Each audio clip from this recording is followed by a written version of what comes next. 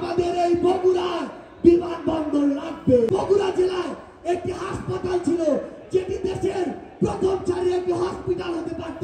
আমাদের এই বগুড়ার স্টেডিয়ামে আবার আন্তর্জাতিক খেলা হতে হবে। আপনার এই বগুড়া জেলা, যেই জেলায় একটি আন্তর্জাতিক ম্যাচ খেলার স্টেডিয়াম ছিল, সেই জেলার সেই স্টেডিয়ামকে বন্ধ করে দেওয়া হয়েছে।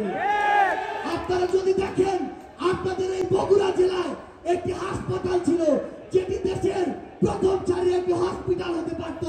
সেই হসপিটালটিকে দেশের চতুর্থ সারির হাসপাতাল বানানো হয়েছে।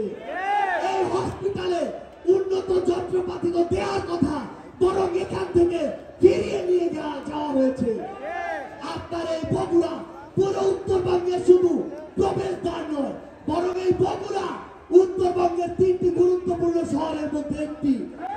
এই বগুড়ায় একটি বিমানবন্দর জনগণের জন্য হতে পারত, সেটিকে তারা কুক্ষিগত করে রেখেছে।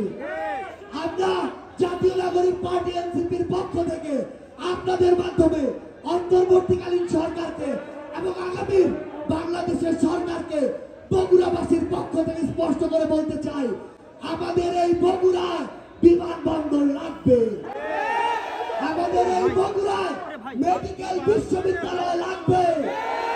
আমাদের এই বগুড়ার স্টেডিয়ামে আবার আন্তর্জাতিক খেলা হতে হবে। আমাদের এই বগুড়া দিয়ে ঢাকা থেকে সরাসরি রেল স্টেশন হতে হবে। এখানে বগুড়ার মানুষ সান্তাহার হয়ে 100 কিলোমিটার ঘুরে আসতে চায় না। এই বগুড়া যারা আওয়ামী লীগের দালাল ছিল, খুব ভালো করে জানেন, নাম হচ্ছে মাহমুদুর রহমান মিলন, আওয়ামী লীগের সভাপতির ছেলে। এই মিলন আওয়ামী লীগের জেলার কোষাধ্যক্ষ ছিল। এই মিলন এই শহরের গুরুত্বপূর্ণ যে স্থাপনা, 100 বছরের ওই প্যালেস, সেটি দখল করেছে।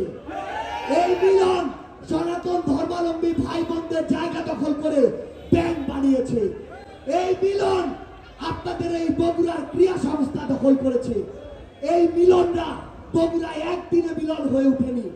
এই মিলনরা বগুড়ায় একা মিলন হয়ে ওঠেনি।